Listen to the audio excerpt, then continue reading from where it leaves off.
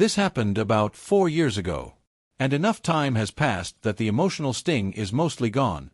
But the memory of it? That's burned into my brain forever. At the time, I was in what I believed was the most stable, loving relationship of my adult life. We had been together for 4 years. We were both professionals, both financially stable, both homeowners in the same neighborhood, and we both had daughters. Her daughter was 11 when we met. Mine was 16. Our lives blended together naturally. Weekend dinners, family movie nights, school events, holidays. It felt real. Not like dating. Like building something permanent. We talked about marriage. We talked about the future. Eventually, those conversations turned into real plans. We were going to sell our houses and build a new one together. There was an important reason for that.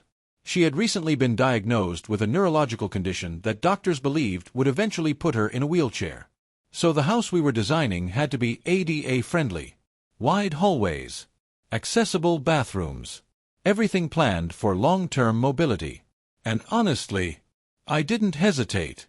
If anything, it made me more committed. Because when you love someone, you don't plan life around the easy years. You plan for all of it. While we were planning the new house, I started working on her current one. I ran a small construction and landscaping side business, so I handled upgrades to increase the home's resale value. New landscaping, structural work, outdoor upgrades, all legitimate projects. Everything documented through my business.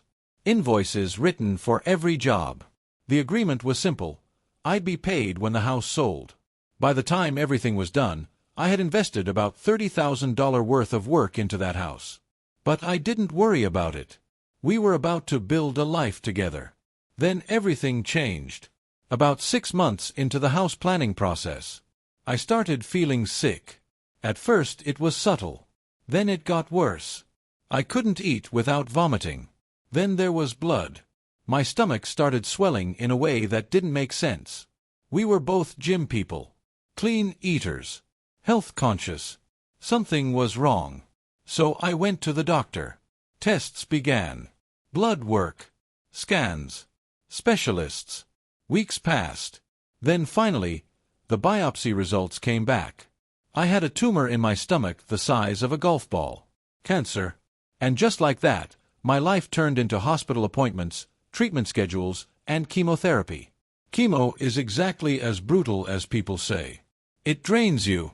Your body feels like it's constantly fighting itself. Some days I couldn't even stand long enough to take a shower. During this time, she stepped in to help. At least at first. She started staying at my house more often, helping around the place, driving me to treatments. Her daughter and mine spent time together. It almost felt like we were already living together. So eventually I suggested something practical. I said maybe we should just sell one of our houses now and move in together temporarily until the new one was built. I had good supplemental insurance and a long-term illness plan. Financially, we'd be okay. It would also reduce stress on her, since she had recently taken a $20,000 pay cut at work due to cognitive issues related to her illness. The plan made sense. At least, I thought it did. Because shortly after that conversation, something changed. She became distant. Suddenly, her daughter stopped coming over. She had excuses every weekend. Then she stopped driving me to treatments. Then she stopped staying over. I kept telling myself she was overwhelmed, scared, dealing with her own health issues. I tried to be understanding. Then one afternoon, my phone buzzed. It was a text message from her. I still remember the exact words. "I love you, but I can't see myself taking care of someone this sick long term. I don't think we should see each other anymore." A text. 4 years. Future plans. Marriage discussions. And it ended with a text message. I won't pretend that didn't destroy me. Because it did. My wife had died years earlier when my kids were just toddlers. This was the first time since then that I had allowed myself to fully trust someone again. And just like that, gone. But I tried to be mature about it. I told myself maybe she was scared. Maybe it was too much for her. So the next day, I calmly packed up all her belongings from my house. Clothes, personal items, everything. I loaded the boxes into my truck and drove to her place while she was at work. I figured it would avoid an awkward confrontation. I walked around to the back porch and started setting the boxes down. That's when I heard something. Laughter.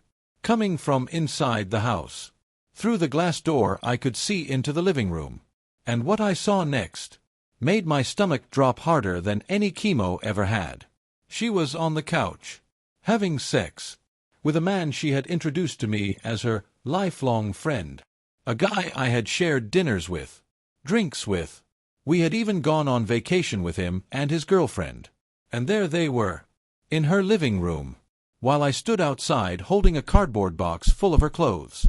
For a moment my mind just went blank. I quietly set the box down, walked back to my truck, and left. I never confronted her, never mentioned it. Later that day, I simply texted and told her I'd leave the rest of her belongings on my porch for pickup. And that was the end of it. Or so I thought. About 8 or 9 months later, I ran into the guy's now ex-girlfriend. Turns out, they had broken up. Why? Because he confessed he had been sleeping with my ex. 4 months. Since around the time we were finalizing the blueprints for our house. That's when something inside me changed. Up until that point, I had tried to accept things. Tried to move on peacefully. But hearing that flipped a switch.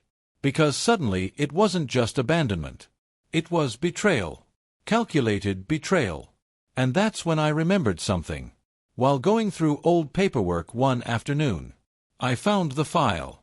The one containing all the invoices from the work I did on her house. Every project. Every receipt. Total amount owed. $32,680. And those invoices were now 19 months overdue. I stared at that number for a long time. Then I called my attorney. Within days, we began lien proceedings against the property. And the timing couldn't have been more perfect. Because guess what? She was just about to put the house on the market. I still hated that firm. The hours were brutal. The politics were exhausting. But whenever things got rough, I'd think back to that moment. The partner holding that memo like it was radioactive. My boss standing there speechless. And the realization dawning on him that he'd just taken credit for his own humiliation. Direct hit reflection. Sometimes revenge isn't loud. Sometimes it isn't dramatic. Sometimes the best revenge is simply letting someone's own arrogance destroy them. All you have to do is give them the opportunity. Waving hand outro call to action. If you enjoyed this story, hit that like button, subscribe, and let me know in the comments. What's the most satisfying workplace revenge you've ever seen? And if you want more stories where karma hits exactly when it should, stick around, because the next one might be even better.